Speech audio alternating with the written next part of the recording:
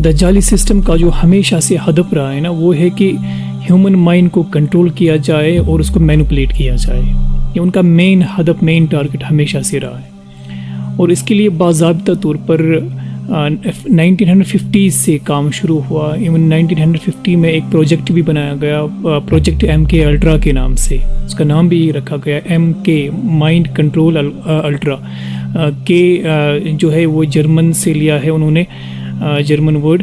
तो चूँकि उसमें जर्मन साइंटिस्ट बहुत थे, तो उस वहाँ से ये शुरू हुआ है। ठीक है, तो वो एक हॉरर मतलब हॉरिबल स्टोरीज़ है उसमें कि उन्होंने क्या क्या किया उसमें। उनका जो हेड था सिडनी गॉटलिब उसका नाम था। तो he had a licence to kill anyone. वो किसी को भी मार सकता था। He could torture anyone, he could kill anyone, nobody was to question him. कोई उसको पूछने वाला नहीं था। तो तब से ये काम बाज़ाब्ते तौर पर शुरू हुआ। इस पर थोड़ी बहुत डिटेल में बात करूँगा इंशाल्लाह कभी। तो तब से ये काम बाज़ाब्ते तौर पर माइंड कंट्रोलिंग का काम शुरू हुआ। और आप इमेजिन करो कि 1950 से लेकर आज तक साइंस और टेक्नोलॉजी ने इतनी तरक्की की, तो इसमें कितनी इम्प्रूवमेंट तब से आई होगी। प्रोजेक्ट्स उनके बहुत सारे थे, अराउंड 160 प्रोजेक्ट्स थे। तो उन्हीं में से एक ये भी है कि बेक ट्रैकिंग और बेक मास्किंग जिसको कहते हैं। अब ये बेक ट्रैकिंग और बेक मास्किंग जो है, ये है क्या, एक सॉन्ग जब तैयार किया जाता है तो उसके कई सारे ट्रैक्स होते हैं और उन ट्रैक्स में हर एक चीज़ का अलग अलग ट्रैक होता है। जैसे वोकल्स का अलग ट्रैक होगा, इसी तरह इंस्ट्रूमेंट्स के अलग ट्रैक्स होंगे, इसी तरह बाकी जो इफ़ेक्ट्स वगैरह लगते हैं उन सबों के ट्रैक्स अलग अलग होते हैं। इसी तरह एक ट्रैक रखा जाता है जो यूजुअली 4th और 5th ट्रैक उसके लिए रखा जाता है। उस एक ट्रैक में क्या किया जाता है कि उसमें एक हिडन मैसेज वो रखते हैं, उसको वो रिकॉर्ड करते हैं, हिडन मैसेज होती है।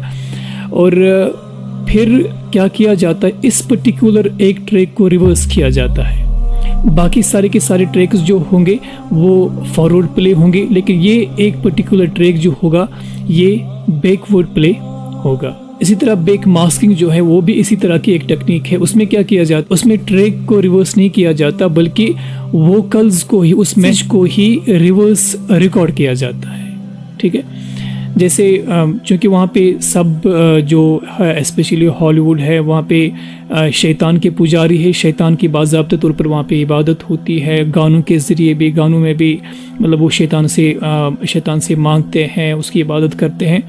तो सैटन का लफ्ज़ अक्सर उसमें उन वर्ड्स में, उन मैसेजेस में मिलता है। सैटन जब बोलना हो तो बेक मास्किंग के टाइम वो नेट्स बोलेंगे, ठीक है, और बेक ट्रैकिंग के वक्त वो सैटन ही बोलेंगे, लेकिन फिर ट्रैक को रिवर्स करेंगे।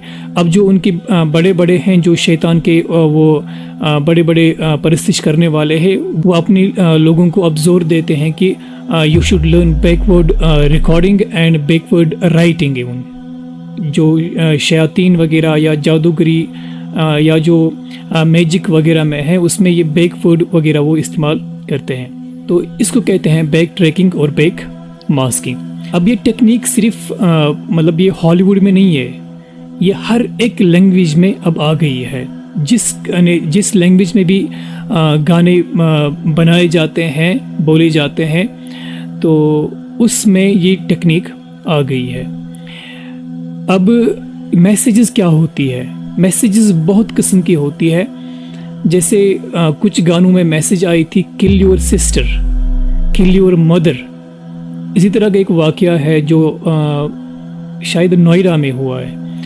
तो दो भाई थे, एक 18 साल का था और दूसरा 20 साल का था। वो एक मखसूस एल्बम था, उसका नाम था जुडेस प्रीस्ट या ऐसा ही कुछ नाम था। तो वो उसको बहुत ज़्यादा सुना करते थे। तो यही सुनते सुनते 23 दिसंबर 1985 में उन दोनों भाइयों ने एट ए टाइम सुसाइड की। एक ऑन स्पॉट उसकी डेथ हो गई और दूसरा 3 साल उस टाइम ज़ख्मी हो गया, फिर 3 साल के बाद वो मर गया।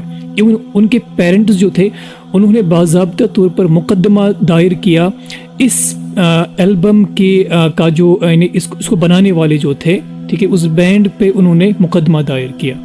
फिर इस पे जब वो रिसर्च वगैरह की गई कि इसमें वो बैक ट्रैकिंग में कोई मैसेज वगैरह मत थी, तो इसमें जो मैसेज थी वो थी कि let's be dead let's do it, ये उसमें बैक ट्रैकिंग में मैसेज थी। ठीक है, तो उन्होंने ऐसा ही फिर किया, इस पे अमल किया।